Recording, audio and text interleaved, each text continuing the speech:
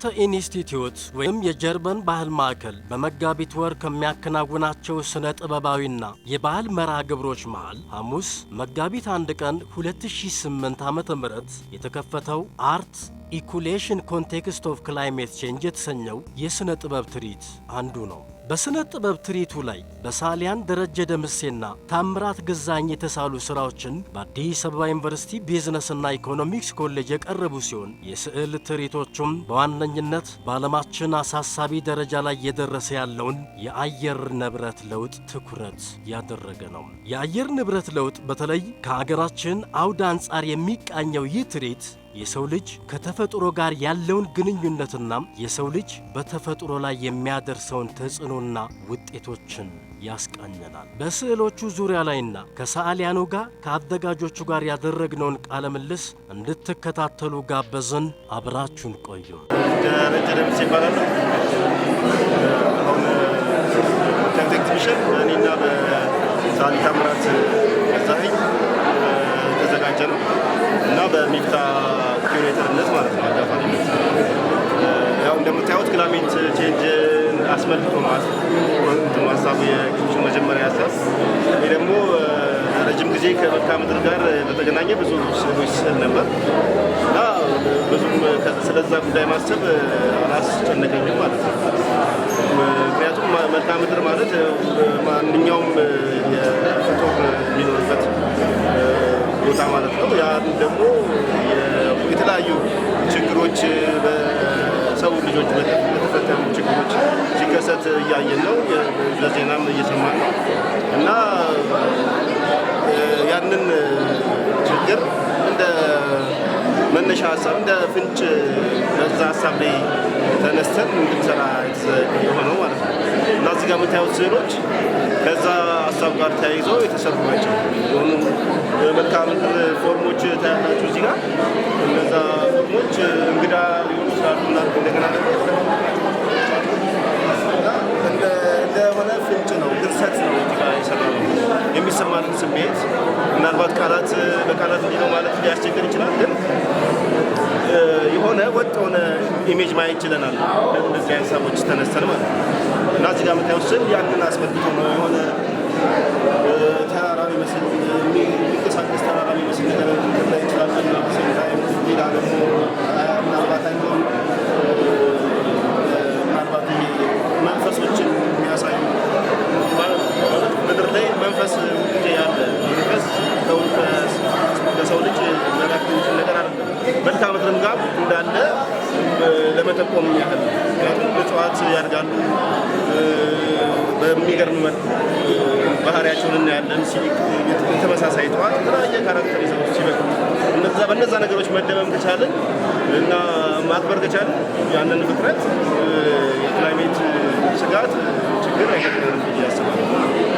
ደሬ እስቲ ሌሎችንም ዞር እያልን ታብራራልናለን። አሁን ይሄንን ስታየው የሆነ ጊዜ ላይ የተለማመድከው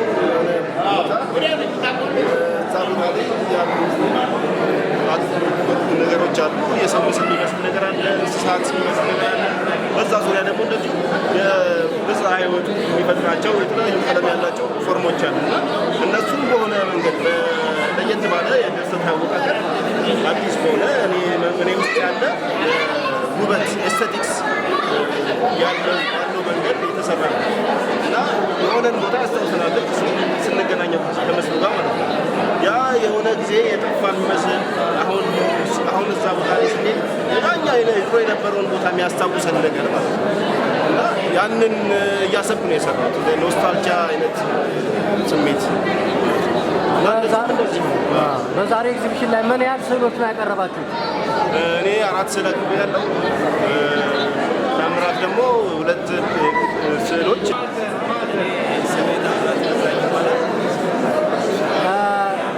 ለሁለት ሆናችሁ እንግዲህ ዛሬ የስዕል ስራችሁን እያቀረባችሁ ነው የሚገኙት። ጠቅለል አድርገህ ምን ያህል ጊዜ ፈጀባችሁ? በምን ዙሪያ ላይ ነው ይህ ስዕል የቀረበው? እስቲ ለተመልካቾቻችን። ያው እኔ ስዕል ስሰራ በስቱዲዮ ውስጥ 16 ዓመቴ ነው። አሁን እያጠናሁ ያለሁት የኢንዲጂነስ የሀገር በቀል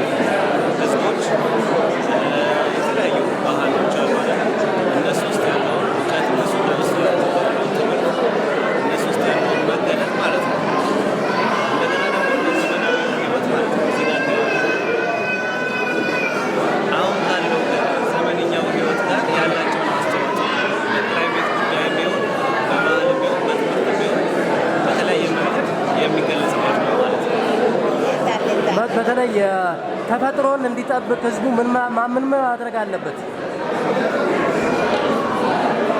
ተፈጥሮን እንዲጠብቅ ህዝቡ የሚያውቀው ይመስለኛል። ተፈጥሮን መጠበቅ። ስንት የስዕል ስራዎች ነው ያቀረባችሁት በዚህ ስዕል ስራ? ማለት ይህ ስዕል ሁለት ስዕል አለ። በኢንዲጂነስ እና የደበቀ ሰማይ የሚል የተሰራሁት እና ደግሞ ይሄኛው አይነት አሰራር ደግሞ ኢንስታሌሽን እና ፐርፎርማንስ አርት ይባላል። እና ዞሮ ዞሮ ባህላዊ ማህበረሰብ ስር ያለው ንጽህና መገለጦች፣ እውቀቶች እነዚህ ነገሮችን አትኩሮት እኔ እየሰጠው ከዛ ነው እያጠናው ነው እንደምታዩት አይነት ነገር ይመስላል። እና እኔ እንደምመለከተው ከላይ ጥጥ አለ፣ የተለያዩ ቀለማቶች ሰውነት ላይ ተቀብተሃል እና ምንን ለመግለጽ ነው? ያው ይሄኛው የሚገልጸው ማለት ነው ንጹህ ህዝብ ተፈጥሮን የጠበቀ ከተፈጥሮ ጋር አብሮ የሚኖር እኛ ደግሞ ዘመናዊዎች የምንለው ደግሞ ማለት ነው ቆሻሾች ነን ማለት ሳይሆን ከእነሱ የምንማረው ነገር እነሱ ተፈጥሮን ሕክምናዎችን የተለያዩ ነገሮችን ከተፈጥሮ ማለት እዛ ውስጥ ያለውን ንጽህና እኛም ደግሞ ሼር ማድረግ አለብን። ለምሳሌ አሁን ዛሬ ላይ የዓለም የክላይሜት ችግሮች ይነሳሉ። ዓለም ላይ በአጠቃላይ የክላይሜት ችግሮች ሲባል እኔ ኢንዲጂነስ ላይ ሲሰጥ እዛ ውስጥ ያለው ምንድን ነው? እዛ ውስጥ ያለው አፈሩ ሊሆን ይችላል። እዛ ውስጥ ያለው እውቀት ሊሆን ይችላል። እነሱ ደግሞ ተፈጥሮ የተጠበቁበት መንገድ ሊሆን ይችላል። ለእኛ ደግሞ ቴዎስ የደረሰብን ነገር አለ። ዓለም ላይ እንጀራ የአየር ላይ የክላይሜት ችግር ምናምን የሚባለው ነገር አለ እና እኛ ከእነሱ ምን ነገር የምንቀበለው ወይም የምንማረው ነገር አለ። እነሱ ንጹህ አድርገው ነው ምድርን የጠበቁት። ከተፈጥሮ ጋር ፍሬንድሊ ነው የኖሩት። እኛ ደግሞ ዘመናዊ መልኩ በለው ሳይንስ ቴክኖሎጂ መልክ ያለው የዓለም ላይ ክላይሜት ቴዎሶች ሲነሱ እነሱ አይደለም የሚጠሩት አይደለም። ስለዚህ እኛ ደግሞ እነሱ ላደረጉት ውለታ እነሱ ተፈጥሮን ለጠበቁት አስተሳሰባችንና እነሱ የምንመለከትበት አቅም ወይም ለእነሱ ጥቅምም ሆነ ትምህርት ከነሱ የሚቀበልበት በአጠቃላይ ለማሳየት ነው። በመጨረሻ የምታስተላልፈው መልእክት ካለ? በመጨረሻ እንግዲህ የማስተላለፈው ንጹህ ነው፣ ንጹህ ሰማይ ውስጥ ነው። እናመሰግናለን። ሚፍታህ ዘለቀ እባላለሁ። የስነ ጥበብ ትርኢት አጋፋሪ ወይም ኪሬተር ነኝ። ዛሬ በሁለት ሰዓሊያን እዚህ ኤቲቪ አዳራሽ የተለያዩ የስዕል ስራዎች ቀርበዋል እና በዚህ ላይ ምንድን ነው አስተዋጽኦ ያደረከው? ኦኬ፣ ይህን ኤግዚቢሽን መጀመሪያ ከጎታ ኢንስቲትዩት ዳይሬክተር ጋር ኮንሰፕቱን አወራንበት። ጽንሰ ሀሳቡ ክላይሜት ቼንጅ በጣም አሳሳቢ የዓለማችን አሳሳቢ ደረጃ ላይ ያለ ጉዳይ ነው። ስለዚህ ይህንን የተመለከተ ነገር እንዴት ነው መስራት የሚቻለው፣ ስነ ጥበብን ያማከለ ነገር እንዴት ነው ማድረግ የሚችለውን ነገር የሚለውን ሀሳብ ተወያየንበትና እኔ ኮንሰፕቱን ዴቨሎፕ ወደ ማድረግ ከዛ ሰዓሊዎቹን ወደ መምረጥ ወደዛ ነው የሄድነው። ሰዓሊዎቹን በዋናነት ከዚህ በፊት በሚሰሯቸው ስራዎች ነው ምን አይነት ስራዎችን የሚሰሩ ነበር፣ ምን አይነት ሀሳቦችን ያስተናግዱ ነበር የሚለውን ነገር ነው በዋናነት ሀሳብ ያደረጉት። በዚህም ሰዓሊ ደረጀ ደምሴ ከዚህ ቀደም ሲሰራባቸው እንደነበረው ላንድስኬፕ ወይም ደግሞ መልክዓ ምድር፣ የሰው ልጅ ማንነትና መልክዓ ምድር፣ የሰው ልጅ ደግሞ ተጽዕኖ መልክዓ ምድር ላይ ያለውን ነገር በደንብ ሪሰርች የሚያደርግበትና የሚሰራበት ሀሳብ ሆኖ የነበረ ስለነበር እዛ ላይ እሱን መጋበዝ ለዚህ ኤግዚቢሽን የሚሆኑ ሀሳቦችን ዴቨሎፕ እንዲያደርግ ፍንጭ መስጠት ነበረ የኔ ሚና። እንደዚሁም ታምራት ገዛኸኝን ለተመለከተ ታምራት የኢንዲጂነስ ኖሌጅ ኤንድ ፕራክቲስን ማለትም ሀገር በቀል ማህበረሰቦች የሚኖሩት አኗኗር ከተፈጥሮ ጋር የሚያደርጉትን ኢንተራክሽን ያላቸው እውቀት ስለ ካልቸር ስለ ባህላቸው ብዙ ሪሰርች ሲያደርግ የቆየ ሰዓሊ ነው። የእነሱን አለባበስ ለብሶ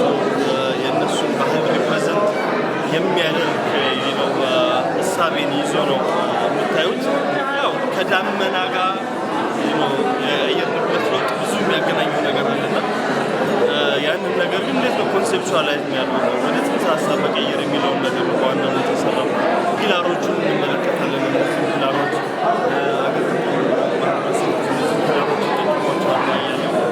ስለዚህ እነዚህ ማህበረሰቦች ከተፈጥሮ ጋር ሲኖሩ የሚኖሩበት አኗኗር አግባብ ምንድን ነው ካለው ትልቅ ፕሮብሌም ጋር ብዙ መናገር የሚችል ሀሳብ ነው ብለን ስላሰብን ኢንክሉድ አድርገነዋል። የተሳካልን ይመስለኛል እና በቀጣይነት ደግሞ ሰዎች መጥተው ይሄንን ኤግዚቢሽን እንዲመለከቱ የተሰማቸውን ነገር ሪፍሌክት እንዲያደርጉበት አየር ንብረት ለውጥ ብቻ ሳይሆን ስለ ብዙ ነገር የተለየ አቅጣጫ ሊሰጥ ይችላል፣ የተለየ አመለካከት ሊያጎናጽፈን ይችላል። ስለዚህ ያንን ፐርስፔክቲቭ መመልከት የሚፈልግ ሰው መረዳት የሚፈልግ ሰው መጥቶ እንዲመለከት